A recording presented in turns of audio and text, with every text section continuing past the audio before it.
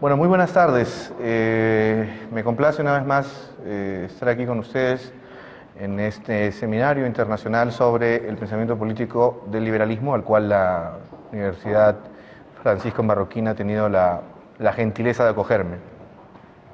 En esta tercera sesión trataremos acerca de un tema que ha generado una cierta polémica al interior de las distintas tendencias liberales contemporáneas, que tiene que ver con la participación o no de intelectuales o promotores del liberalismo en la política. Yo he analizado con una cierta profundidad este tema y esa es la razón de la tercera sesión. La he titulado La renuncia a la política como un vicio de origen del liberalismo y pasaremos a explicar por qué a continuación y espero que podamos generar algún buen intercambio de preguntas con respecto a esto. Yo creo que todo esto se inicia con Adam Smith. Adam Smith tiene una cita en La riqueza de las naciones que ha sido pertinentemente destacada por ciertos economistas y que es la que ustedes ven a continuación. En ella Adam Smith habla respecto de sus propias temores, sus reticencias a establecer la libertad de comercio en forma absoluta en Gran Bretaña. Dice Adam Smith que esperar ciertamente que la libertad de comercio sea alguna vez enteramente establecida en Gran Bretaña es tan absurdo como esperar que Oceanía y Utopía sean establecidas. No solo los prejuicios del público se oponen de una manera irresistible, sino también, lo que es mucho más inconquistable, los intereses privados de muchos individuos. Fíjense, Smith, pronunciándose con mucha mesura, por llamarlo en un término muy diplomático, pero en realidad prácticamente oponiéndose al hecho de establecer una libertad plena de comercio en Gran Bretaña, en la Gran Bretaña de su tiempo. Y él dice, a renglón seguido, con respecto a la participación de los políticos y su relación con los monopolios, que ni la más reconocida probidad, ni el rango más alto, ni los más grandes servicios públicos realizados podrán protegerlo al político que intenta desbaratar los monopolios, del abuso y la detracción más infames, de insultos personales, ni tampoco a veces del peligro real que surge de la rabia insolente de los furiosos monopolistas. Con esto Smith nos quiere advertir sobre los peligros que acecharían a aquel político que intenta quebrar todos los monopolios y establecer una libertad plena de comercio en sus respectivos países. Es decir, prácticamente Adam Smith pone una valla de naturaleza insalvable respecto de la acción política tendiente hacia establecer libertades plenas, diciendo prácticamente que ni por muy virtuosos que seamos, ni por muy probos que seamos, ni por mucho prestigio que nosotros tengamos, o por lo menos los políticos, impedirán que aquellos que defienden los monopolios o determinados privilegios económicos harán, por cierto, lo imposible para impedir que tales privilegios sean rotos. Esto creo que es un primer botón de muestra respecto de por qué en los últimos tiempos, o por lo menos en las últimas décadas, el liberalismo ha sido no un poco, sino bastante reacio, por lo menos los líderes intelectuales o los difusores, los más destacados del liberalismo, han sido siempre muy reticentes a establecer unas participaciones o pautas en la actividad política partidaria de sus respectivas naciones. De repente ustedes conocen muy bien esta cita es la que inicia el famoso ensayo ¿Por qué no soy conservador?, de Friedrich Hayek, está como un post-scriptum a sus fundamentos de la libertad. Yo he querido destacarla porque en buena cuenta Acton hace una síntesis de lo que ha sido la participación del pensamiento liberal entre determinadas corrientes políticas. Dice Acton, siempre fue reducido el número de los auténticos amantes de la libertad, hay un reconocimiento de que la nuestra es una posición realmente minoritaria, y que por eso, para triunfar, frecuentemente hubieron de aliarse con gentes que perseguían objetivos bien distintos de los que ellos propugnaban. Tales asociaciones, y ahí he subrayado a continuación, siempre peligrosas, a veces han resultado fatales para la causa de la libertad, pues brindaron a sus enemigos argumentos abrumadores. Esto es lo que yo llamo una suerte de externalidad económica en la política, donde todos los males asociados por los aliados de los liberales, o todos los males producidos por los que se aliaron en su tiempo en forma coyuntural a los liberales, fueron extrapolados a estos, es decir, tenidos como consecuencia de la aplicación de los principios liberales, y ninguno de los beneficios que se obtuvieron por parte de los liberales, de su prédica y de la aplicación de determinadas de sus políticas en sus respectivas sociedades, fue concedida a ellos, sino que por el contrario, negada y atribuida a quienes coyunturalmente fueron compañeros de viaje del liberalismo. A lo largo de nuestra historia, por lo menos de toda la historia de la idea liberal, de los defensores de la idea de libertad, esta ha sido prácticamente una constante. Y que es, creo yo, también una segunda razón por la cual los liberales, y por lo menos el pensamiento liberal, ha tenido como renuncia a la política uno de sus basamentos fundamentales. Una tercera explicación la encontramos en Buchanan. Buchanan, ya en su explicación sobre la historia del pensamiento económico clásico, señala que ha habido una falta de manejo o de argumentación en favor de las ideas de la libertad.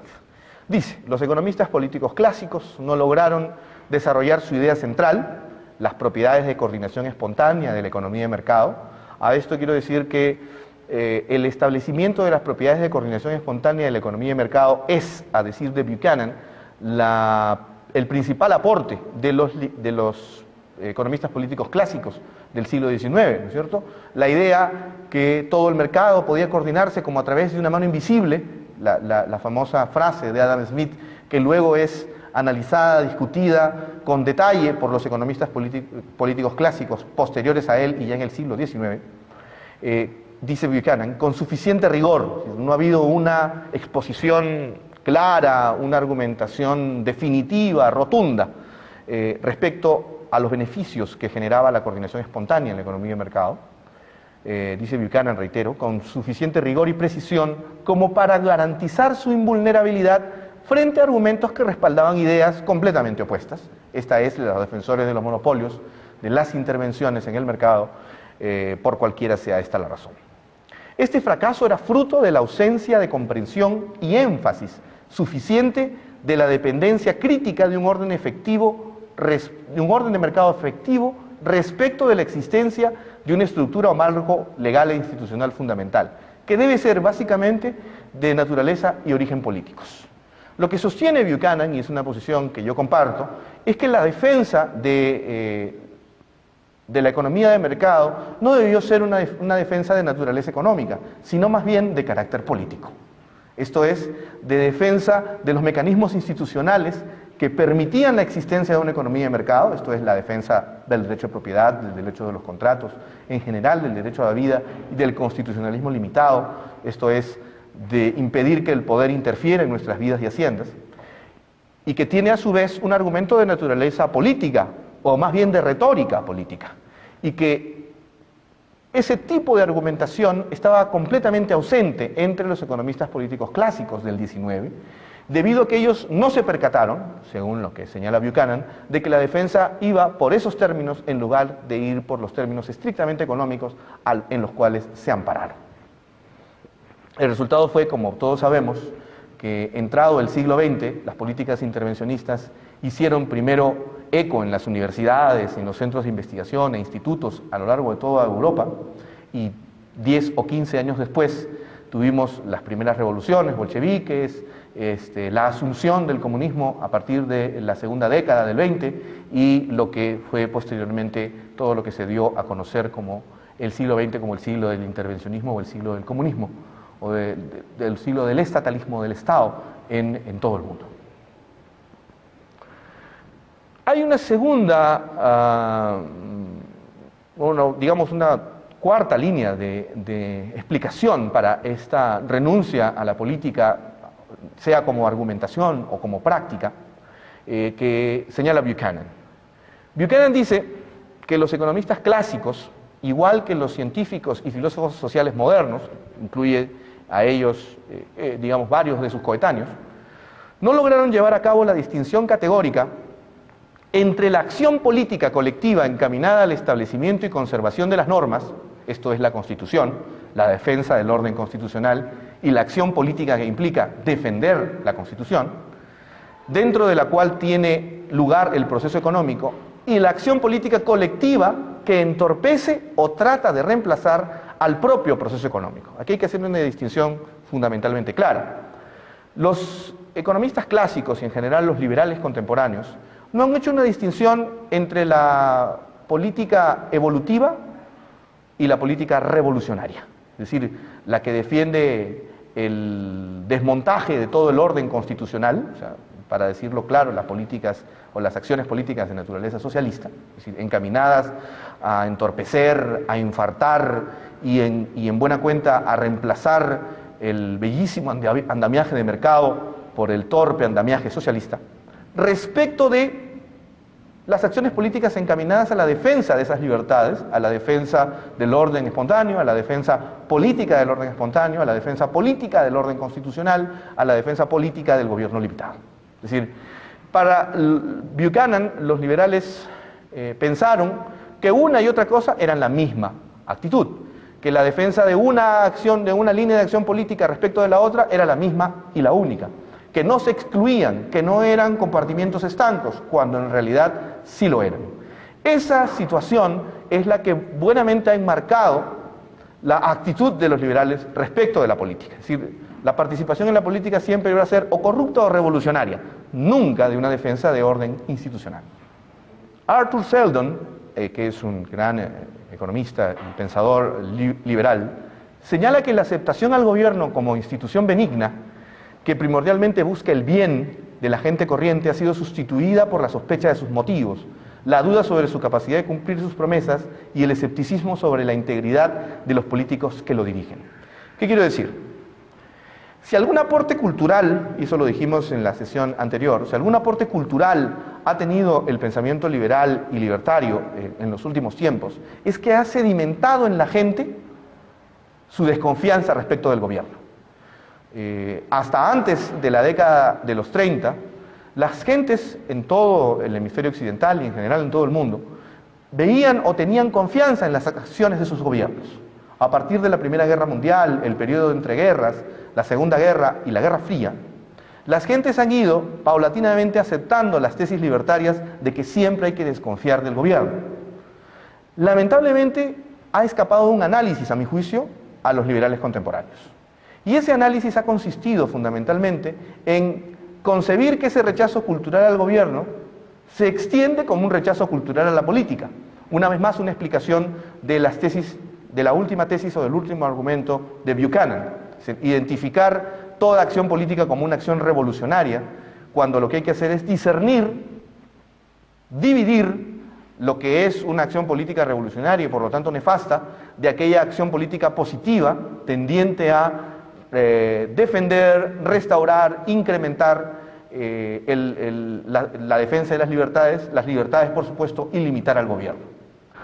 Entonces, no se ha sabido aprovechar aquella sedimentación de carácter cultural que ha sido un extraordinario aporte de los liberales y libertarios en el siglo XX. Es decir, los liberales y los libertarios en el siglo XX han terminado enseñando a las gentes a desconfiar permanentemente del gobierno. Pero ellos mismos, a su vez, han creído que esa desconfianza de orden cultural es una desconfianza que se extiende, por ende, a toda la política. Y eso es un error. Porque esa distinción no es hecha por las gentes. Porque las gentes desconfían de los gobiernos, pero cultivan el liderazgo en todo orden de cosas, incluyendo el liderazgo político. Si hay algo que rescatar de esta renuncia de los liberales a la política, aparte de, como ya hemos dicho, el haber instituido como parte del DNA de las gentes su desconfianza o escepticismo respecto del poder, es la renuncia de los liberales a la política como reflejo del individualismo. Como ya hemos dicho, desde su origen, los liberales han enseñado a desconfiar del poder. Han cultivado la desconfianza en el éxito asociado al poder, a la política y al cargo público. Creo que ese es fundamentalmente como proceso de aprendizaje político uno de los principales aportes de los liberales a la cultura política contemporánea. La intensa prédica de los liberales por un gobierno limitado ha permitido que las gentes instintivamente el día de hoy puedan desconfiar en el éxito asociado al poder. Paloma de la Nuez, nuestra autora ya citada, que tiene un bellísimo estudio sobre el pensamiento político de Hayek, cito yo, que ella dice: es un rasgo absolutamente característico de los liberales de todos los tiempos la desconfianza hacia el poder. Es decir, pueden haber liberales un tanto más conservadores y liberales un tanto más libertarios, anarcocapitalistas, pero la columna vertebral común, el denominador común a todos ellos, no me resisto a decir colectivo, porque eso es una oposición directa a lo que los liberales como individualistas pensamos, pero es que si es que hay algún rasgo característico de los liberales de todos los tiempos, ese azul del que les hablaba respecto del cielo, es la desconfianza hacia el poder. Por eso los liberales han buscado todas las formas posibles de limitar el poder, mediante constituciones. Hayek a menudo equipara liberalismo con constitucionalismo, y a juicio de Paloma de la Nuez y de quien les habla, a justa razón. Leyes, reconocimiento de derechos y libertades, tribunales independientes, etc. Entonces, ese cultivo de la desconfianza hacia el poder, que es un rasgo actual de la política contemporánea en todos los niveles. Es decir, no habría, por decirlo de alguna manera, música punk, ni existirían los Sex Pistols, por ejemplo, el día de hoy, si no es que hubiese las famosas tendencias liberales radicales del siglo XIX y XX. Es decir, la mayoría, por ejemplo, de grupos de rock alternativo que tienen una honda prédica por la libertad no existirían si es que esta instintiva desconfianza hacia el poder del gobierno y a sus manifestaciones más autoritarias y a sus rasgos más autoritarios no se hubiera mostrado, y si los liberales no hubieran denunciado eso y hubiesen usado todas las armas intelectuales de las que dispusieron para poder limitarlo. Dicho sea de paso, eso tampoco es una circunstancia que se haya aprovechado. Es decir, los liberales tampoco han aprovechado ese rasgo instintivo generado en las gentes respecto de la desconfianza al éxito asociado al poder. Ni siquiera nos hemos puesto a pensar en la austeridad, por ejemplo, como rasgo político constitutivo del liberalismo. Es decir, si somos tan críticos del boato y del éxito asociado al poder, sobre todo en países tan pobres como los nuestros, no he encontrado hasta ahora, por lo menos en mi investigación, a ningún teórico liberal que haya hablado o escrito sobre la austeridad de la acción pública, o la austeridad del orden público o del Estado como un rasgo constitutivo de política liberal. Es decir, el político austero, que no gasta más allá de lo que le establece el presupuesto, por lo menos, o que habiendo gastado cada vez menos el presupuesto, es capaz de dejar cada vez más en las arcas fiscales, como un atributo esencial de aquel que es y quiere ser un político liberal. Esto es, de aquel que ahorra el dinero de las gentes y no malgasta ese dinero en circunstancias que están totalmente asociadas al boato y a la parafernalia. Es más, hemos dejado que ese principio, que es un principio esencial para quienes defendemos el liberalismo como modo de ejercicio de la función pública, nos haya sido completamente arrebatado por la izquierda. La izquierda es la gran reserva moral de las políticas, de los políticos o de la política latinoamericana. Es la gran detentadora de la transparencia, de la austeridad, de la moralidad, y en buena cuenta, reitero, de la reserva moral de la política latinoamericana. Frente a ello, entre los liberales hay, lamentablemente, y eso debo decirlo con rotundidad, hay un ominoso silencio. No hay una tesis que explique, por ejemplo, insisto una vez más, el rasgo de la austeridad como virtud de la política en general. Una vez más, en segundo término, siempre en este línea de cosas, ya expliqué en buena cuenta lo del mandamiento de que hay que matar a quien gobierna antes de que sea inmortal. Y eso, en buena cuenta, es un mandamiento que todos los liberales contemporáneos y del siglo XIX han establecido con profunda claridad, ¿no? Y sobre todo esto se resume en la frase de Lord Acton, que como ustedes saben todo el mundo la dice, pero no saben quién es el autor de la frase. ¿no es cierto?, que el poder tiende a corromper y el poder absoluto corrompe de un modo absoluto. Muy bien. Aquí hay una circunstancia que yo quisiera también poner al debate con ustedes. Aquí existe lo que yo llamo la paradoja del liberalismo frente al poder. Asumamos que los liberales deciden teorizar sobre la política y hecha esta teorización y divulgada, esta se convierte en una acción política, que existe un gran partido liberal peruano o guatemalteco, y que por ventura llega a ganar las elecciones. Aquí se produce lo que yo llamo la paradoja del liberalismo frente al poder, porque, para decirlo en términos claros, esto supone alcanzar el poder para perderlo. Porque si el liberalismo se propone limitar en lo posible el gobierno de los hombres por los hombres, si se propone reducir el tamaño del Estado y su influencia, si la participación de un liberal en política y el gobierno supone quebrar el poder, dividirlo en tantas partes como sea posible, devolverlo a los ciudadanos, todo esto supone alcanzar el poder para perder el poder.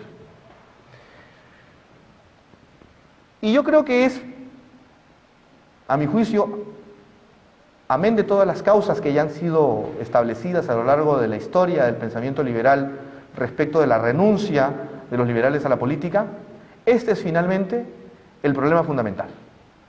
Los liberales sienten que están cayendo en una contradicción, porque no pueden buscar el poder que ellos mismos critican. Y una vez alcanzado, la contradicción se vuelve todavía más grande, puesto que tienen que, una vez alcanzado el poder, quebrarlo, dividirlo, acabar con él, reducirlo, establecer un gobierno limitado, devolverle las libertades a las gentes, y eso supone, para el político que ejerce la política desde el punto de vista liberal, perder el poder, porque supone transferirlo a las gentes. Yo he desarrollado algunas variables para resolver esta paradoja. Primero, decir que el liberalismo es un sistema de principios, y de ellos el último y fundamental, el que justifica a todos los demás, es el de la libertad. En algún momento Hayek escribió, como está aquí citado, que la libertad individual constituye lo que más apropiadamente puede considerarse como un principio moral de la acción política, pero que al igual que todos los principios morales, la libertad exige que se le acepte como valor intrínseco, algo que debe respetarse sin preguntarnos si las consecuencias serán beneficiosas en un caso particular. ¿Qué quiero decir con esto? Hay una vieja frase del poeta Horacio, si mal no recuerdo, que dice que la audacia o que la suerte favorece al audaz. La diosa Fortuna siempre favorece a los valientes. Y que las gentes por lo general respaldan a aquellos que en política no tienen un comportamiento sinuoso, sino más bien un comportamiento granítico. Que para bien o para mal, siempre se puede esperar de ellos que habrá un comportamiento acorde a los principios que les guían. Porque es por lo generales como las gentes se comportan. Las gentes, por lo general, no son sinuosas, es decir, no están un día con los blancos y mañana con los negros, salvo, o un día con los rojos y mañana con los azules, salvo que de ello tuviese que depender su propia vida o la alimentación de sus hijos. Pero, salvo esa circunstancia, las gentes por lo general mantienen a lo largo de su vida un mismo comportamiento moral, apegado a principios fundamentales como las de incluso respetar las propiedades de sus hijos, quererlos y querer lo mejor para ellos, por citar un ejemplo, ¿no es cierto? Es decir, de alguna manera la influencia de la prédica cristiana tiene que ver con esto, ¿no es cierto? Es decir, la gran pregunta que hace Cristo y que nos dice, si aman a sus hijos, ¿qué hacéis de más? Hasta los recaudadores del fisco hacen esto. Entonces, entiendes que todas las gentes, incluso hasta los criminales más endurecidos, y eso lo cita Adam Smith en sus lecciones de jurisprudencia, tienden a alegrarse cuando sale el sol por las mañanas o a querer siempre lo mejor para sus hijos. Entonces, en buena cuenta, partimos todos los mismos principios racionales y por ende la gente tiende a admirar más a las personas que tienen una incólume variable moral. Eso es una cosa que entiendo viene a resolver en un primer espacio la participación de los liberales en política. Es decir, hay que ser liberales siempre y aceptar el liberalismo con todas sus consecuencias. Para bien o para mal, más tarde o más temprano, las gentes habrán de fijarse en uno u otro escenario, sobre todo en los escenarios más críticos, en gentes que han mantenido siempre invariable su posición. Un ejemplo de esa circunstancia lo encontramos el día de hoy en Costa Rica, donde hay un candidato que es Otto Guevara, que dirige el movimiento libertario, y que si bien parecía una prédica aislada, hoy día no lo es, porque tal como él fue el único que defendió la austeridad en el Estado costarricense frente a una circunstancia de eminente corrupción, dio lugar a que todo el mundo volteara y mirara a aquel que siempre se había opuesto a, por ejemplo, el endeudamiento externo del Estado costarricense. Por citar un ejemplo, es decir, mantenerse en una posición invariable y sostenerla siempre con pasión termina siendo un elemento a seguir por las personas. La libertad política que defiende el liberal es la libertad negativa, que es además la única libertad liberal, verbigracia. La única libertad liberal es la libertad negativa. Isaiah Berlin, ustedes conocerán de él sus famosos 2 ensayos sobre la libertad, define la libertad negativa así, y así está en los 2 ensayos sobre la libertad. Normalmente se dice que yo soy libre en la medida en que ningún hombre ni grupo de hombres interfieren en mi actividad. En ese sentido, la libertad política es simplemente el ámbito en el que un hombre puede actuar sin ser obstaculizado por otros, sin que la mera incapacidad de conseguir un fin sea considerada una falta de libertad política. Esto es, si la ausencia de coacción es el fin político más elevado, entonces tenemos que construir un lenguaje, una retórica, un modo de hacer las cosas, un saber hacer tendiente a defender esa ausencia de coacción y coerción. Identificar, por ejemplo, a todos los ciudadanos de una nación como aves enjauladas, que viven oprimidas en un estado de cosas que les impide ejercer su libertad, pero no una libertad etérea, sino libertades esenciales y cotidianas, que tienen que ver con todos los rasgos de su vida diaria. Un tercer elemento para resolver la paradoja del liberalismo frente al poder tiene que ver con la actitud política.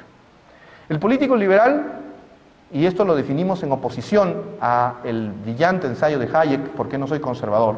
El político liberal sería aquel que no tendría miedo al cambio y al progreso, porque le disgusta la quietud y el estancamiento que contraría su actitud abierta y confiada. Para decirlo muy claramente, ¿quiénes en América Latina no tienen miedo al cambio y al progreso? Los jóvenes. Los jóvenes están permanentemente viviendo, como dice un brillante poeta peruano, Carlos Oliva, sin límites de velocidad. Entonces les disgusta la quietud, les disgusta el estancamiento que contraría su actitud abierta, confiada, conducente a la prosperidad. El político liberal, y eso también un rasgo de actitud política, no justifica el intervencionismo del Estado, salvo si es para defender los proyectos de vida de los ciudadanos.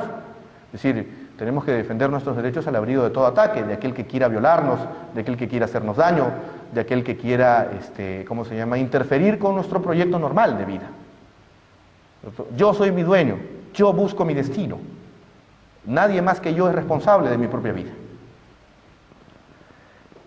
Un tercer rasgo en materia de actitud política es que el político liberal considera que la tradición es valiosa porque incorpora experiencia y conocimiento de generaciones pasadas, eso lo dice Hayek, pero que esto no quita que se pueda o deba ser modificada o suprimida llegado el caso. Es decir, el político liberal tiene un pie en el pasado y otro hacia el futuro. Es decir, se reconoce como parte de una tradición, pero sabe mirar, como en la frase de Newton, sobre los hombros de gigantes y así avanzar. Hay otras 3 circunstancias que dan lugar a la actitud política como modo que he entendido yo de resolver la paradoja del liberalismo frente al poder. El político liberal entiende que la sociedad y el mercado son órdenes espontáneos. De hecho, no va a decir que el mercado es un orden espontáneo porque nadie le va a entender qué es lo que está diciendo. Van a creer que está cantando una romanza medieval, no lo van a entender. Y que es más bien la autoridad y el orden político los que surgen de este tipo de orden y no los que los crean. En otras palabras, tiene que decir que el mercado es la gente. Que el mercado no es una entelequia o una utopía, un organismo feble que está completamente fuera de nosotros, que es nosotros. Cuando contratamos, cuando vendemos, cuando adquirimos un servicio, cuando compramos una pasta de dientes, cuando compramos una camisa, cuando compramos un shirt, cuando ofrecemos un servicio, cuando tomamos un taxi. En todas esas partes está el mercado y que realiza millones de variables y de acciones al mismo tiempo. Y que no es posible controlar, como nosotros no podemos controlar en este momento todas las acciones de nuestro propio cuerpo. Es decir, nuestro corazón late, nuestros pulmones funcionan, lo mismo que nuestro páncreas y nuestro hígado, la sangre circula, sin que lo hagamos nosotros conscientemente. De hecho, moriríamos si intentásemos controlar todas las funciones de nuestro cuerpo únicamente con nuestra mente. Si no lo podemos hacer con nuestro propio cuerpo, ¿cómo vamos a poder controlar o pretender controlar los millones de contrataciones y las millones de acciones económicas que hoy, en este mismo minuto, en este mismo instante, están ocurriendo aquí, en la ciudad de Guatemala? En este mismo instante hay una niña que está comprando un helado, hay una madre que está comprando un tarro de leche, hay un padre que está terminando de trabajar. Es decir, en este mismo instante se están produciendo millones de contrataciones que escapan a la sola idea de nuestra mente. Es imposible controlarlo, del mismo modo que no podemos controlar todas las funciones de nuestro cuerpo conscientemente. En quinto lugar, el político liberal considera que el Estado debe ser neutral y que ningún Estado está legitimado para apoyar alguna idea del bien o de la vida buena. Esto es la garantía de la tolerancia, porque todos tenemos, así como todos participamos en el mercado de modos distintos, todos tenemos opiniones distintas. Todos somos seres únicos, extraordinarios, irrepetibles. Tenemos una visión y un proyecto de vida que es absolutamente independiente, distinto del otro. Incluso de personas que han vivido con nosotros toda nuestra vida, como nuestros padres o nuestros hermanos. Respecto de mi hermano, yo tengo un proyecto de vida distinto, ¿no es verdad? No es que los dos sean médicos, o los dos sean abogados, o los dos sean veterinarios, o los dos sean economistas. Los dos, aun cuando sean gemelos o mellizos, tienen distintos modos de ver las cosas. Por lo tanto, no puede haber una preferencia sobre un modo de vida respecto de los demás, porque eso significaría la opresión. Finalmente, el político liberal defiende la descentralización del poder político como medio para acercar el poder a los ciudadanos, facilitar su eficacia y control y como medio útil para limitar el poder.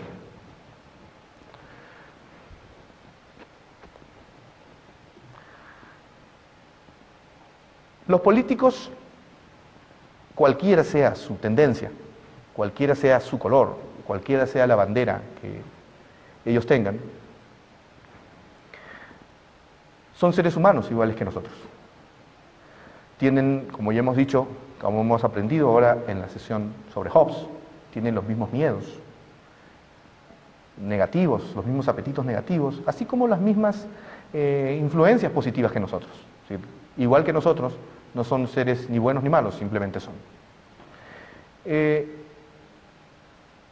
Y en ese sentido el político, cualquiera sea su tendencia, insisto, tiene como principal de sus miedos el de perder poder. En consecuencia, en última instancia, el dilema del liberalismo frente al poder, de este alcanzar el poder para perderlo, estriba fundamentalmente en el miedo del líder político a perder poder.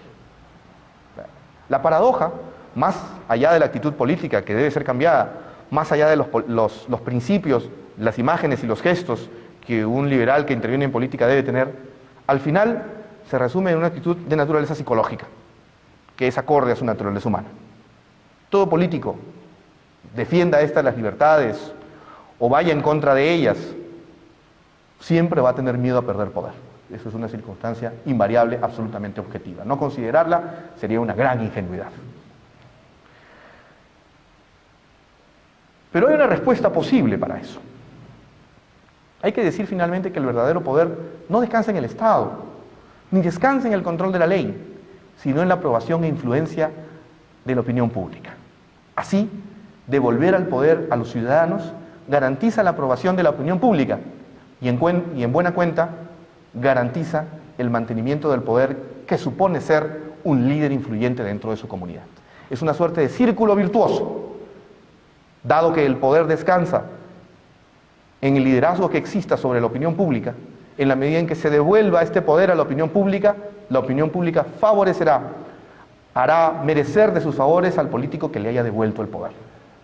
y este verá descansar su posición y su influencia porque tiene el respaldo de la opinión pública para ello.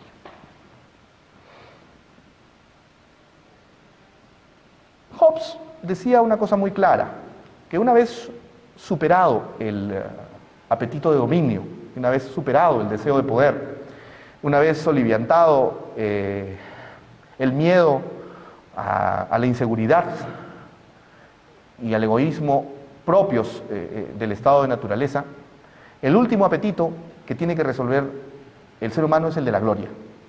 Es decir, ¿cómo me van a recordar los demás? Por lo general esto es un dilema permanente en los políticos, como en cualquier otra rama de nuestra actividad. Los grandes médicos, los grandes empresarios, los grandes abogados, los grandes economistas, siempre desean ser recordados por aquello que hicieron y siempre aquellos errores que tuvieron desean ser olvidados por la historia y que se les recuerde más como personas que hicieron el bien a sus sociedades.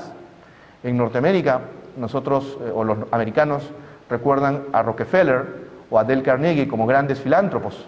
No los recuerdan como los empresarios duros y sin corazón que fueron. Los recuerdan más por sus obras de filantropía. La gente recuerda más a John Paul Getty por el hermosísimo Museo Getty de Los Ángeles, antes de ser como fue un empresario y un capitán de la industria absolutamente insensible. La gente recuerda más, y cito esta película que deben ustedes haber visto, de Leonardo DiCaprio, Aviator, El Aviador, las gentes recuerdan más a Howard Hughes como el gran creador de esas bellísimas películas, como el genial inventor del Hércules, antes de ser, el hombre neurótico y esquizofrénico que fue.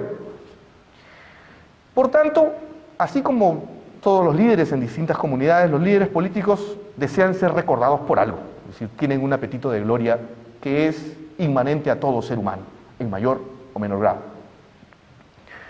Por tanto, si hay algún rasgo que vender y que asocia al liberalismo con la política, es que el político debe ser recordado como aquel que devolvió el poder a sus conciudadanos, que los hizo propietarios, que garantizó sus oportunidades al progreso y la búsqueda de su propio bienestar. El ejemplo más claro de este tema lo vienen a ser los políticos que fueron los Founding Fathers, los padres fundadores de la Revolución Americana. Es decir, que fueron políticos que defendieron la libertad, ganaron elecciones, devolvieron el poder a sus conciudadanos, los hicieron propietarios, garantizaron sus oportunidades al progreso y a la búsqueda de su felicidad y su bienestar. Quiero finalizar para pasar a las preguntas con una cita final de Hayek, que tiene que ver con algo que hemos incluso discutido recientemente aquí en la Universidad Francisco Marroquín.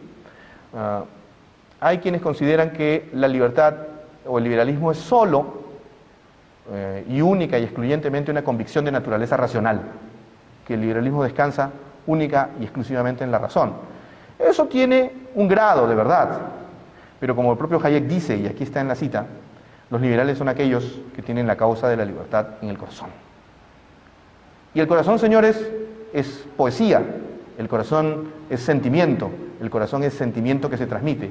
Una vez más, de lo que carecemos, de lo que carecen las ideas de la libertad, es un Silvio Rodríguez que las cante. Hay que tener esos Silvio Rodríguez, esos poetas y esos bardos que canten a la libertad, que conmuevan a los corazones, porque es la última batalla que nos falta ganar. Ya ganamos la batalla en los hechos, ya se cayó el muro de Berlín, ya nadie piensa hoy que generar una planificación centralizada es lo que mejor va a convenir a su progreso. Las sociedades como en Polonia, en la República Checa o en Rumania, siguieron a líderes como Václav Havel, por ejemplo, en la República Checa, que era un escritor y un poeta y que encabezó una revolución orientada hacia la libertad. Entonces, habiendo ganado en la historia y en los hechos, a los liberales les falta romper el monopolio del corazón, para usar una frase de Mitterrand, que dista mucho de ser un liberal, robarles el monopolio del corazón a los socialistas y alcanzar por ello la última batalla que nos falta ganar. Liberalmente hablando, ¿se puede justificar un Estado que tiene la fuerte coerción? ¿Sí o no? Sí, claro, por supuesto. Porque lo que dice muy bien claramente desde Hayek hasta Venegas Lynch es que el único uso legítimo de la fuerza es usar la fuerza contra aquellos que tienen como proyecto o propósito de vida aniquilarnos, hacer fraude o cometer una violencia contra nosotros. Para ponerlo muy claro, el que quiere violarnos, el que quiere robarnos, el que quiere robar nuestra propiedad, el que nos quiere vender gato por liebre, o sea, el que nos quiere vender agua de azar como si fuera ron, el que nos quiere vender la Plaza Mayor de Guatemala por 5 centavos, es decir, todas aquellas personas que tienen como propósito hacer daño a nuestros derechos, de un modo u otro. Contra ellos sí cabe ejercer la coacción y la coerción, y contra los demás no. Es decir, únicamente contra aquellos que tienen como propósito acabar con nuestras vidas, porque por lo general las gentes no están pensando todo el día en hacerle daño a otros. Las gentes tienen ocupaciones más fundamentales. Tienen que cuidar a sus hijos, tienen que alimentar de ellos, tienen que alimentarse a sí mismos, tienen que procurarse un vestido, tienen que pensar en su bienestar, aman. Por supuesto que siempre hay personas que están pensando todo el día en hacerle daño a otros. Las reinas del gossip show, por ejemplo, ¿no es cierto? Las reinas de la chismografía hollywoodense o de la farándula están todo el día tratando de buscar el chisme o la foto para quebrar un matrimonio o para, en fin, qué sé yo, hacerle daño a otras personas, ¿no es cierto? Salvo esas personas, la vecina chismosa de las colonias o de los barrios, ¿correcto? Salvo esas personas que están pensando todo el día en cómo me entero para hacer daño a X o Z. El resto de las gentes no tiene como motivación principal lucrar de la desgracia ajena o hacerle daño a un tercero. Pero contra ellos sí cabe hacer el uso de la fuerza, porque está finalmente también sustentada en la opinión mayoritaria de las gentes, ¿no es cierto? Incluso de aquellas que preconizan hacerle daño a otras. Es decir, todo el mundo, incluso los criminales, están de acuerdo en no hacerle daño a otros, por lo menos de la boca para afuera. Entonces, dada esa circunstancia, solo es legítimo el uso de la coacción y coerción en un Estado o un gobierno limitado cuando ésta, insisto, se reduce a atacar aquellos proyectos de vida o decisiones de vida que tengan como propósito ocasionar algún perjuicio a un tercero. Con lo que decía que la finalidad del político era devolverle el poder a los ciudadanos y garantizarles las propiedades para que puedan progresar. ¿Qué con aquellas personas que su proyecto de vida no es progresar, sino al final crear un estancamiento? Bueno, yo ahí tengo una respuesta que no es una respuesta de naturaleza política.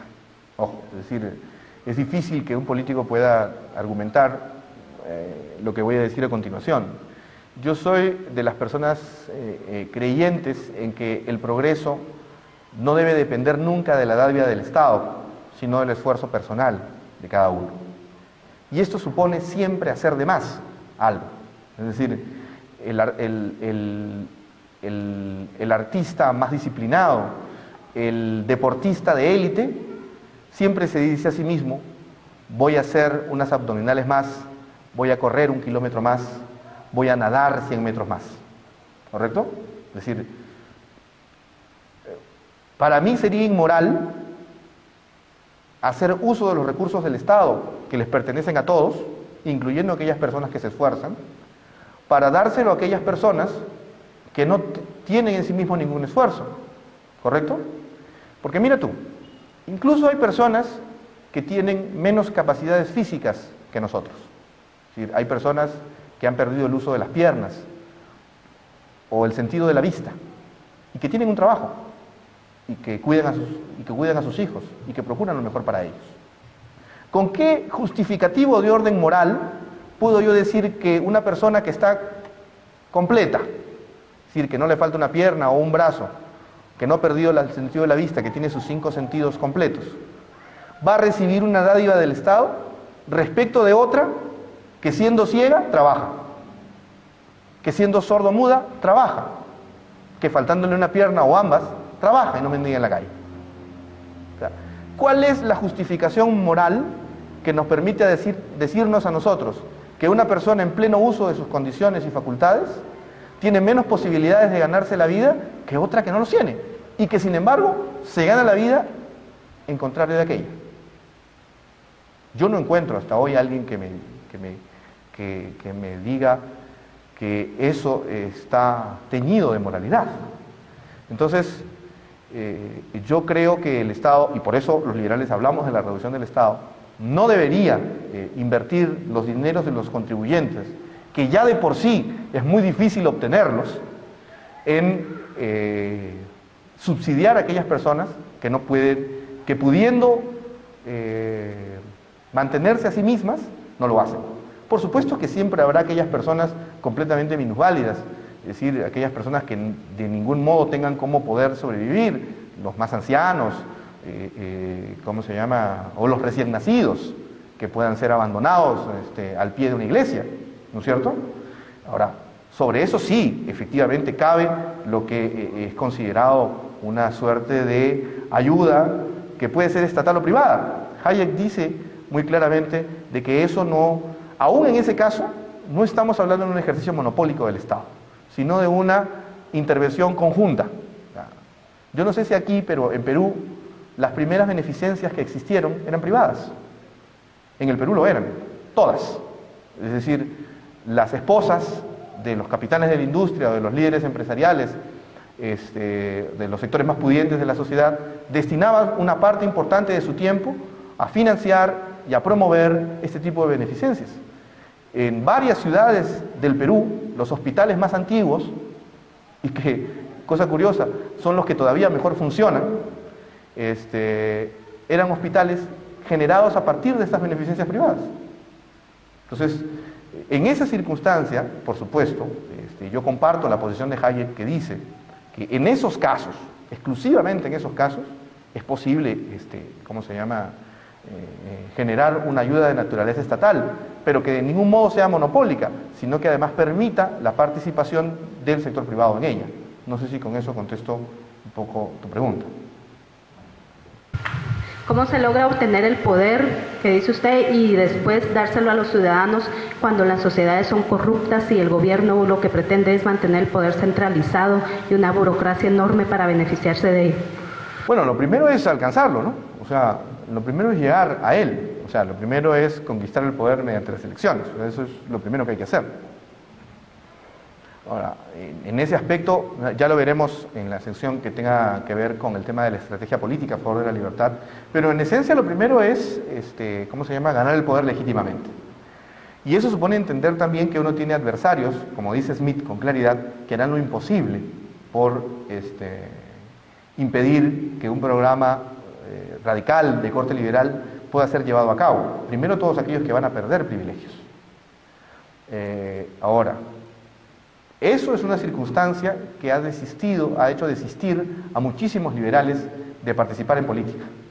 Porque cuando digo que los enemigos de la libertad harán todo lo posible por destruir y desprestigiar a aquellos que quieren llevar a cabo un programa radical de orden liberal integral, eso supone también que se van a inmiscuir en sus aspectos más privados. Entonces, es natural que las gentes no quieran participar en un juego que va a comprometer directamente sus honras o las honras de sus seres queridos y que los va a desprestigiar frente a ellos. Es una respuesta difícil, ¿no es cierto? Porque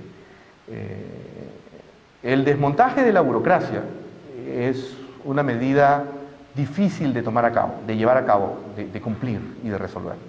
Siendo una medida difícil, esto no significa que no haya que hacerla. Ahora, hay distintas maneras de llevarla a cabo, ¿correcto? Václav Havel inició un proceso sistemático de desmontaje del Estado. Fujimori, cosa curiosa, llevó a cabo una medida que, vista objetivamente, era absolutamente interesante. De la misma manera que desmontaba determinadas oficinas de agencias burocráticas, liberalizaba ciertos sectores de la economía. Entonces eso le permitió que las gentes que salían de los organismos estatales que eran cancelados o de las empresas públicas que eran liquidadas, pasasen a llevar a cabo actividades económicas en determinados sectores, como por ejemplo el transporte público en Lima. Entonces, eso generó que se pudiesen llevar privatizaciones a cabo sin que hubiese una huelga de por medio, salvo, por supuesto, quienes siempre se oponían a las privatizaciones en general, el gremio de maestros y la Central General de Trabajadores del Perú, la CGTP, por ejemplo. Una medida, que era una medida que se dio en el programa de Vargas Llosa para desmontar el aparato estatal, era la de convertir a los trabajadores en propietarios, ¿correcto? Las privatizaciones en América Latina y las desregulaciones de determinadas actividades económicas, pero en particular las privatizaciones, se hicieron en América Latina y de allí su grave causa por la cual no tuvieron el respaldo popular, es porque sirvieron únicamente para satisfacer las necesidades del Estado, es decir, equilibrar el déficit fiscal, antes que para devolver poder a los ciudadanos. ¿Cómo se hacía eso? Como lo hizo Black and Havel, olvidándose del déficit fiscal o del déficit del Estado, convirtió a los trabajadores de las empresas públicas destinadas a privatizarse en accionistas de esas empresas. Generó un sistema de accionariado difundido que devolvió el poder a las gentes, les devolvió un poder económico del cual carecían. Por supuesto, tuvo que enfrentar grandes problemas por el déficit fiscal, pero a la larga tuvo una privatización sin cuestionamientos, respaldada por la opinión pública y sobre todo por los trabajadores. Entonces, el gran problema es que los liberales no nos hemos puesto a pensar en eso. Es decir, debemos dar el paso siguiente. Debemos resolver esa pregunta. Es decir, ¿cómo desmontar el Estado de modo tal que hay que hacerlo sin el menor daño posible? ¿No es cierto? Hay que hacerlo con una estrategia de naturaleza política que suponga tener de aliados a la mayoría de la población. Eso es una respuesta que recién se está construyendo. Y se está construyendo recién debido precisamente a eso, a que los liberales han renunciado a pensar en política. Es decir, se pensó que únicamente la venta de las empresas sin ninguna justificación retórica o argumentativa iba a ser suficiente para defender la libertad y para garantizar que ese proceso no tuviese cuestionamientos a lo largo del tiempo. Y eso es torpe. Hay que decirlo con toda claridad.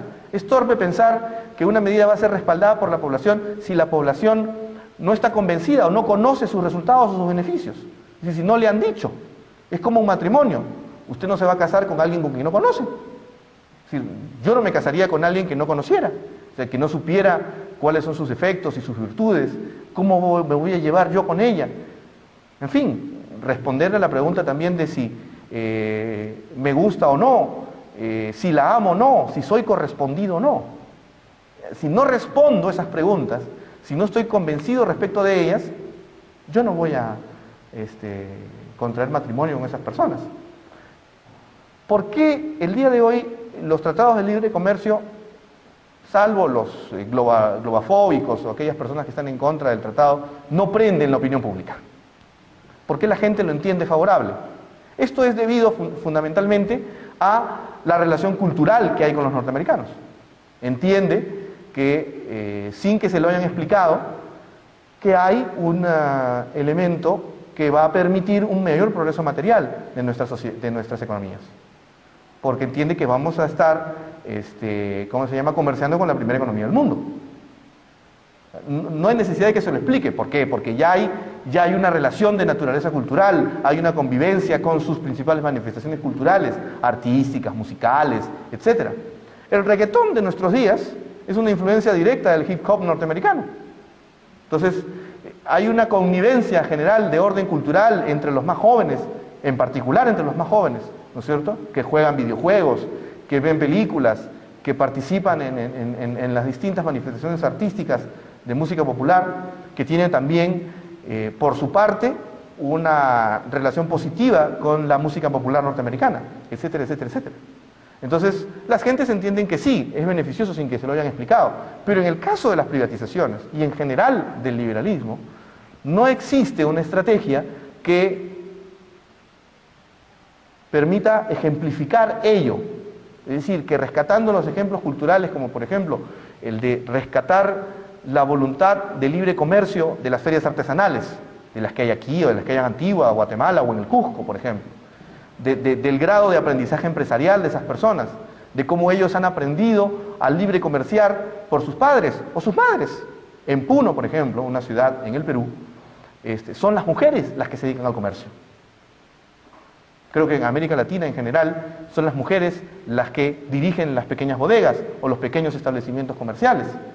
Conocen de los fundamentos del comercio mejor de lo que podría conocerlo incluso un doctorado en economía.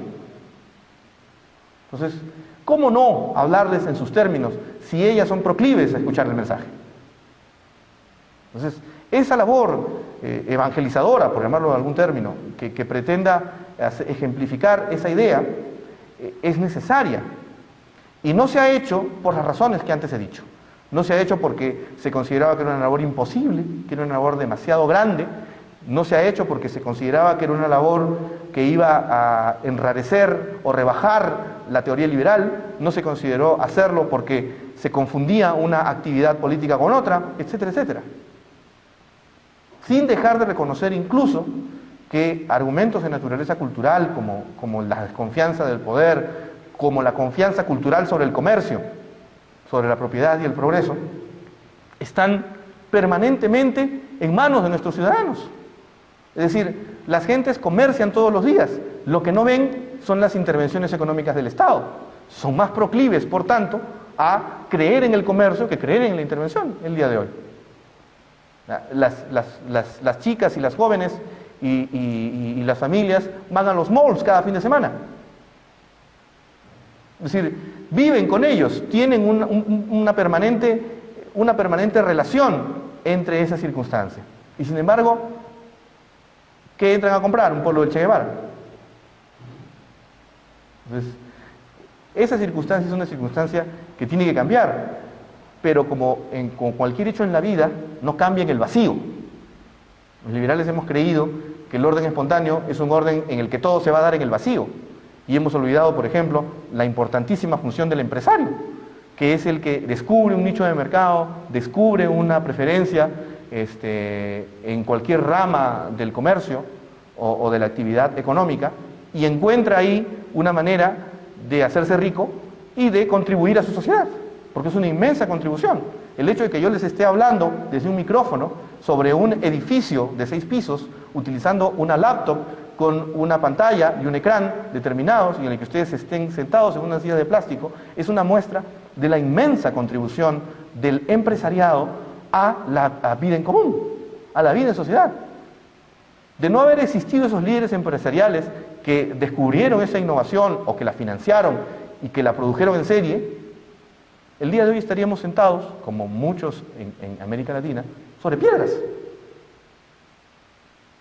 Y eso es lo que representa la libertad en un sentido cotidiano, el hecho de poder vestirnos, de poder calzarnos, de poder usar unos lentes de montura.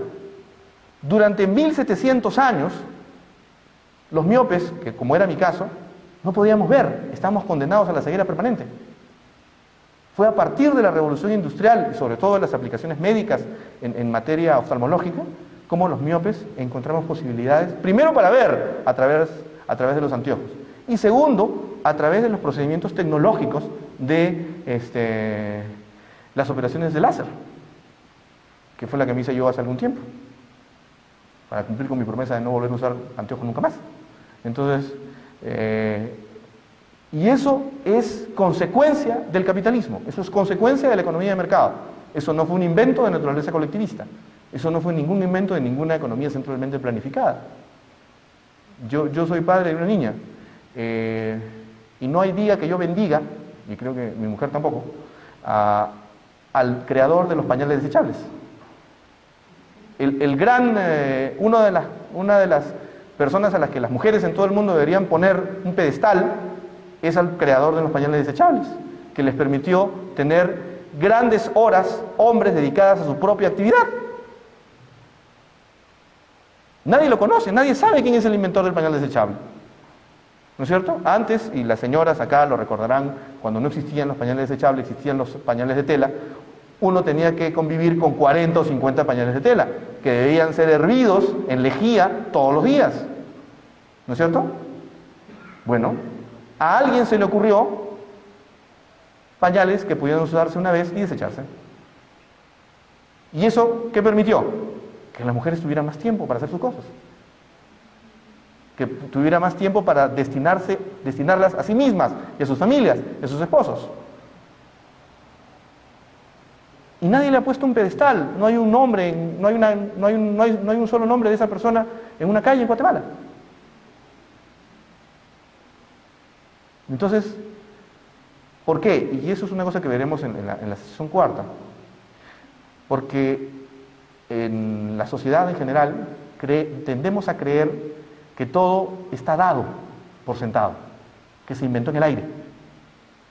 Los niños que hoy día chatean por internet creen que el internet existía por los siglos de los siglos, desde que el hombre y los dinosaurios se enseñoreaban por la tierra. Y eso no es verdad. El internet es un invento de hace ¿cuánto? ¿10 años? ¿No es cierto? ¿15? ¿Qué son 15 años en la historia de la humanidad? No es nada. Estamos hace más de 1 millón de años sobre este planeta. 15 años no son absolutamente nada, es un pestañeo. Y sin embargo, hoy podemos comunicarnos como nunca antes en la historia de nuestra humanidad, con una chica en Timbuktu, con un muchacho en Madrid, con nuestros parientes en Australia, en tiempo real. Los jóvenes de hoy creen que eso existía desde siempre. Yo pertenezco a la generación Atari. ¿Recuerdan ustedes el juego de Atari? ¿No es verdad? Muy bien. ¿Qué existe hoy día? PlayStation 2. Las posibilidades de jugar un videojuego en 3 dimensiones, está en 4. Y eso es algo que nadie en los 80s hubiera podido concebir. El hecho de poder tener en un mismo aparato una cámara de televisión, una cámara fotográfica, un método para conectarnos a internet y un teléfono. Todo en un aparato del grosor de una página o de un dedo. Las jóvenes de hoy en día no conciben la vida sin el celular. Su existencia depende de eso. Y sin embargo, no hay un puente con el nombre del inventor del celular en ninguna parte del mundo. Creemos que todo ello nos ha sido dado. Y no nos ha sido dado. Ha sido consecuencia de la disciplina, la inventiva, la innovación, la creatividad, el esfuerzo, el dinero de gentes que apostaron por inventar eso. Que lo financiaron, que lo pusieron en línea de producción, que lo distribuyeron, que lo hicieron a un bajo precio, que dieron trabajo y encima contribuyeron a su sociedad. Y esos, mis queridos amigos, se llaman empresarios. Así como en ese proceso de mercado, hay un proceso también que es el de la política, que no se da en el vacío, pues. Es decir, las reformas liberales como desactivar unas aduanas, liquidar ministerios, reducir el tamaño del Estado, devolver propiedades, no se dan en el orden espontáneo, como si fuesen una obra y gracia del divino hacedor. Es fruto y consecuencia de la acción deliberada, consciente, racional, apasionada de gentes, que así como los empresarios encuentran un nicho de mercado, llevan a cabo una prédica, llevan a cabo una práctica y tienen una contribución que hacer. A eso hemos renunciado los liberales, usando como coartada nuestras propias ideas. Y hemos creído, y nos hemos creído el cuento, como decimos en el Perú, nos creemos que nos la creemos. Y entonces, sea por las razones que ahí se hayan explicado, o sea por otras, lo que yo estoy tratando de demostrar es que ha habido un hecho en el cual nosotros hemos renunciado por voluntad propia. Y los defensores de la libertad hemos renunciado por voluntad propia. Y eso es una circunstancia que tiene que cambiar. Porque todos esos cambios de los que les he hablado, la caída del muro de Berlín, etcétera, tampoco se han dado en el vacío. Pero hubieran ocurrido más rápido de haber nosotros tomado la posta. Había liberales en la época de Castro. Prefirieron callar. O sea, y si se hubiese dado un esfuerzo concertado de los liberales latinoamericanos y de todos aquellos que querían en la libertad por oponerse a ese régimen, hoy día no tendríamos hablando de Chávez. Hoy no estaríamos hablando de la nefasta influencia chavista en toda América Latina. Si hace 60 años alguien se hubiese parado a denostar la teología de la liberación, inventada por un peruano, lamentablemente, Gustavo Gutiérrez, nos hubiéramos ahorrado 30 años de guerrillas en Centroamérica. O sea, sí, por supuesto, el muro de Berlín cayó, pero cayó en los 90s. Pudo haber caído en los 60s. Sí, por supuesto, el socialismo duró 70 años, pero pudo haber durado 35. tuvieron todos esos regímenes larga vida, como la larga vida tiene Castro hoy, el dictador más longevo de toda la historia contemporánea, porque renunciamos, no por otra cosa. Al final, Castro se va a morir, sí, es decir, al final, como todo ser humano, no puede vencer a la muerte, a menos que lamentablemente lo hayan clonado, entonces ahí sí nos fundimos todos. Pero ante esa circunstancia, lo que yo en ese sentido soy un poco pesimista, ¿no? O sea, un poco más escéptico, ¿no? No veo el vaso medio lleno, sino medio vacío. Pudimos haber hecho más y haber logrado un progreso con mucha más anterioridad que haberlo hecho en los 90 y haberlo hecho mal y que hoy día estén en cuestionamiento todas esas reformas. No sé si hay alguna, no sé si con eso respondo lo que... Sí.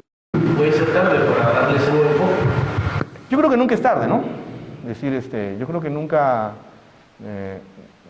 es tarde para nada, en realidad, ¿no? Que siempre se pueden hacer las cosas. Pero lo importante es hacerlas, ¿no es cierto? Y no esperar que otros la hagan. Es un poco como la historia del chico tímido y la reina del baile, ¿no? Al final del día, por más que sea la última pieza, es probable que el chico tímido se lleve a la reina del baile y baila con él, ¿cómo se llama? La última pieza de la fiesta. O sea, siempre es posible. Por eso es esta llamada, por eso es esta reflexión, porque además intenta hacer una reflexión de naturaleza sincera sobre cuáles son las vicisitudes del liberalismo en nuestra región y en nuestros países. Es decir, ustedes tienen una ventaja que no tiene ningún país en América Latina, tienen una universidad dedicada a este pensamiento. Eso no existe, ¿no es cierto? Entonces, no es necesario que la universidad se vuelva un centro político, es más, no debe serlo. Yo soy muy enfático en esto. No debe serlo, porque debe dedicarse a la investigación y a la promoción de las ideas y a la elaboración de tesis y a la difusión del conocimiento. Esa es la tarea de la universidad. Pero lo que hay que hacer es también recordar que en el mercado hay un principio que se llama, y ustedes lo saben como los que han llevado cursos de economía o los economistas, que hay un principio que es el de la división del trabajo. O sea, hay gentes que se dedican a investigar, hay gentes que se dedican a promover, hay gente que se dedican a participar en política. Así como hay gente que producen, gente que distribuyen, gente que comercian, gente que venden, gente que innovan, gente que investigan para esa innovación. No son la misma cosa. Entonces, lo que tenemos que darnos cuenta es de eso. O sea, tenemos que aplicar los mismos principios empresariales que tanto defendemos a la actividad de la vida social. Nadie está descubriendo la pólvora.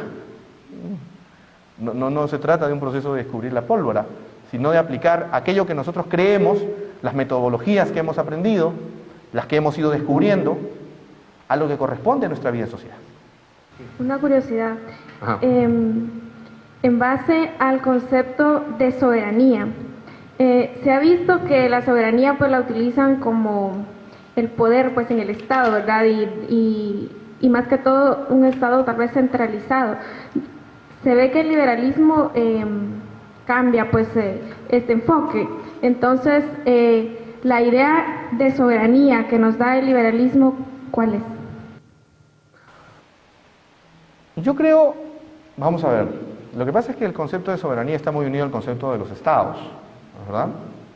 Y claro, una primera respuesta es que la soberanía de los estados es la que manda dentro de sus fronteras, ¿correcto? Que implica además el ejercicio del jus imperium, digamos, en términos objetivos, teóricos, sí, esa es la soberanía que defiende el liberalismo, es decir, no el uso o la irrupción de la fuerza de otro Estado contra otro, ¿correcto? Y eso implica necesariamente una defensa de esa soberanía y el ejercicio de esa coacción y el ejercicio de la fuerza para impedir esa intervención. O sea, eso es un principio universalmente aceptado y que además ha sido generado por los propios liberales. Es decir, es tan parecido al concepto de soberanía individual, o sea, forma parte del mismo principio de soberanía, ¿correcto? En lo que los liberales están en contra es en la vocación de naturaleza invasiva. La fuerza monopolizada por el Estado es una fuerza de naturaleza defensiva, nunca es de ataque, ¿correcto? Cuando es la fuerza. Cuando es la intervención de naturaleza ideológica de un Estado respecto de otro, se tiene que responder con las mismas armas, no con la fuerza, sino con la misma grado de difusión de naturaleza ideológica, ¿correcto? Aquí de lo que hemos carecido es de una manera de enfrentar la penetración ideológica, por ejemplo, en las izquierdas, en toda América Latina. Es decir, no ha habido un grupo de gentes dedicadas permanentemente, digamos, promovidas por el Estado o por agremiaciones empresariales o por asociaciones privadas, que tiendan a impedir ese tipo de penetración ideológica. Es decir, eso es una cosa de la cual se ha carecido. Hoy, por supuesto, sí hemos entendido el mensaje y hemos empezado a contrarrestar esa, como llamo yo, ese imperialismo de izquierdas, ¿no es cierto? Y eso es como reitero, es un imperialismo de izquierdas que hay que combatir necesariamente, incluso usando como argumento el de la propia soberanía guatemalteca, peruana o costarricense. No sé si con eso... Lo más importante es tener un nivel medio razonable en el que nosotros podamos contar con unos medios de comunicación que representen una opinión pública o que conduzcan una opinión pública objetiva, es decir, que esté como empalmada con ella, ¿correcto? Imbricada con ella. Desde luego siempre va a haber una prensa que defienda determinados intereses de uno u otro sector. O sea, eso siempre va a ocurrir. Ahora bien, lo primero que tenemos que hacer es primero ser conscientes de esa naturaleza. La primera manera de resolver un problema es identificarlo, ¿correcto? Y es decir, por supuesto, los periodistas, debe haber un sector importante, o hay un sector importante de periodistas que sí recogen la opinión pública e intentan conducirla acorde con su propio y leal saber y entender. Pero hay también periodistas que no, que son personas rentadas, que están destinadas únicamente a defender determinados intereses. Eso es lo primero que tenemos que tener en cuenta. Lo segundo es que en función de ello, lo que uno tiene que tener antes de leer cualquier tipo de información es ser muy consciente de los principios que defiende. Y para ser consciente de los principios que uno defiende, parte por reconocer el modo en que uno conduce su propia vida, qué es lo que quiere para sí. Es decir, antes de que existieran medios de información, había gentes que eran muy conscientes de dónde querían llegar y cuáles eran los principios que debían defender, sin necesidad de que hubiera medios de información que condujesen o por lo menos brindasen una idea o una salida respecto a esos principios. ¿Correcto? La televisión tiene ¿cuántos años en nuestra existencia como colectividad? ¿50? ¿Qué es eso? 2 pestañeos en la vida humana. No es nada, ¿no es cierto? Tercero es tratar de abaratar los costos de acceso a la información. Ahora los costos se han abaratado muchísimo. Es decir, el acceso a una máquina de internet por un joven, ¿qué será? ¿1 quetzal? ¿2? ¿1 sol? ¿2 soles? ¿5 quetzales? ¿10 quetzales? El acceso a la información se ha abaratado muchísimo. Entonces, la tercera medida es tratar de preconizar que haya la mayor variabilidad de opiniones posibles para que uno forje su propia opinión. O sea, eso es lo tercero que hay que promover siempre. Y lo cuarto, y eso no les gusta a muchos periodistas, es reconocer, primero, como dijimos anteriormente, que si creen que la libertad de prensa es irrestricta, del mismo modo todas las libertades deben ser irrestrictas. Porque uno no puede caer en la inconsistencia de decir que hay una libertad empresarial regulada o intervenida y que hay al mismo tiempo una libertad de prensa totalmente irrestricta e ilimitada. O son todas las libertades irrestrictas o no son, y ninguna lo es. ¿Correcto? O sea, por lo general a los medios de comunicación les gusta, o a los periodistas en general, no todos, ¿no? Pero por lo menos a un sector que es un tanto engreído, le gusta únicamente defender su propio feudo, ¿no es cierto? Defender su propia libertad en desmedro de todos los demás, ¿correcto? Y en ese sentido, el ejercicio de la actividad periodística tiene tantas responsabilidades como las de un médico o las de un abogado. En manos del periodista está la honra de cualquier persona, que un artículo periodístico o un programa de televisión puede destruirla o tergiversarla. Y lamentablemente no hemos hecho una conciencia cívica de decir, como decimos en mi país, que en la prensa, como nadie, tiene corona en el país. Y eso también hay que decirlo claro. Es decir, yo no la tengo, todos somos iguales ante la ley. Nadie está por encima de ellas. Por supuesto, jamás el gobierno, pero tampoco ningún gremio o rama de actividad económica. Ni los médicos, ni los abogados, ni los empresarios y por supuesto no los periodistas. Están por encima de la ley y pueden destruir honras, tergiversar opiniones alegremente, sin respetar los derechos de otros. Entonces, teniendo eso en cuenta, es posible que uno pueda forjarse su propia opinión, tomar una media respecto de lo que opinan los medios, pero al mismo tiempo ser muy conscientes y hacer notar a las gentes, sobre todo a los periodistas, que también su grado de intervención en la opinión pública, su liderazgo en la opinión pública, depende de la gente también.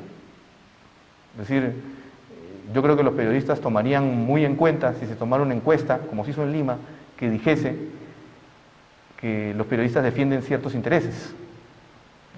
Para la mayor parte de la gente en Lima, por ejemplo, así era. Entonces, los periodistas tomaron debida nota de esa circunstancia.